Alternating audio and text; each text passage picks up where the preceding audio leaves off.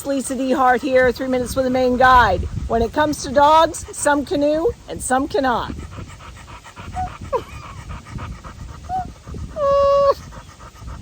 So this is my dog, Roxy, and she's very smart, but she will never be a canoe dog. And here's why.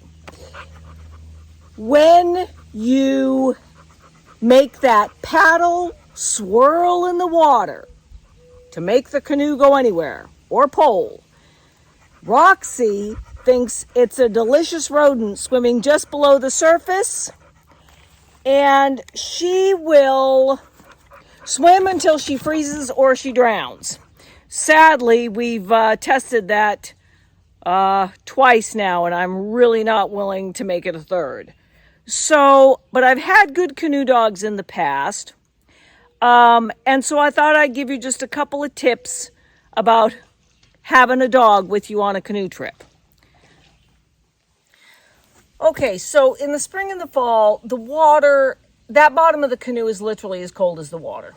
So have a little puzzle mat, an old piece of yoga mat, whatever you want to do, just so that they're not on the bottom of the canoe where it's so cold and they can stay warm.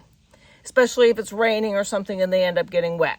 Okay, wet dog in the tent. So, just a nice microfiber cloth. These absorb water the best when they're wet. You can wring it out 1,000,000 times just to get them so that they're not, really bad for the tent. If you don't want them in the tent, you can do the little mat and a vestibule, and they'll be fine. Commands. Before I took my really good canoe dog canoeing, they have to know come every time. You call them, they come every time, whatever that command is. They have to have that for the woods, okay? When I was a baby guide, I was guiding on the St. Croix, and there was a Maine guide that always took his dog, and for whatever reason, that dog ran away one day.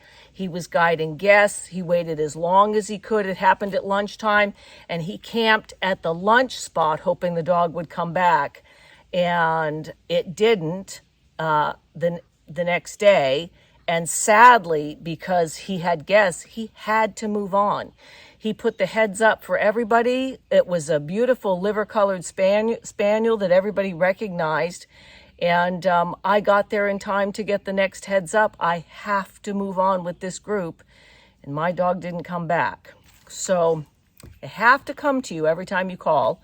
And the other thing that's really good to teach them, rock solid, and is much easier in my opinion, is drop.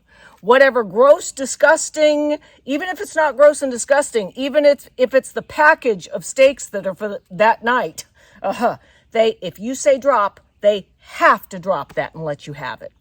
Dogs are really smart. If you can teach them that really easily, if whatever they've got in their mouth, whether it's their favorite toy or whatever, you trade up for that. They're very smart about trading up for whatever's in their mouth. If they love treats instead of the toy and they've got the toy, just give them the treat and they think they've traded up. And every time you do that, say drop and they'll learn that command.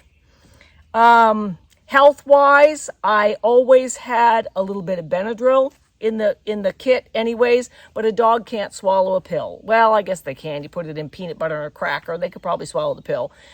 But Benadryl is good. They are susceptible to some allergies, and they can't wear a head net like you, so if their belly becomes covered with bites and stuff and they start to react, that's always nice to have. And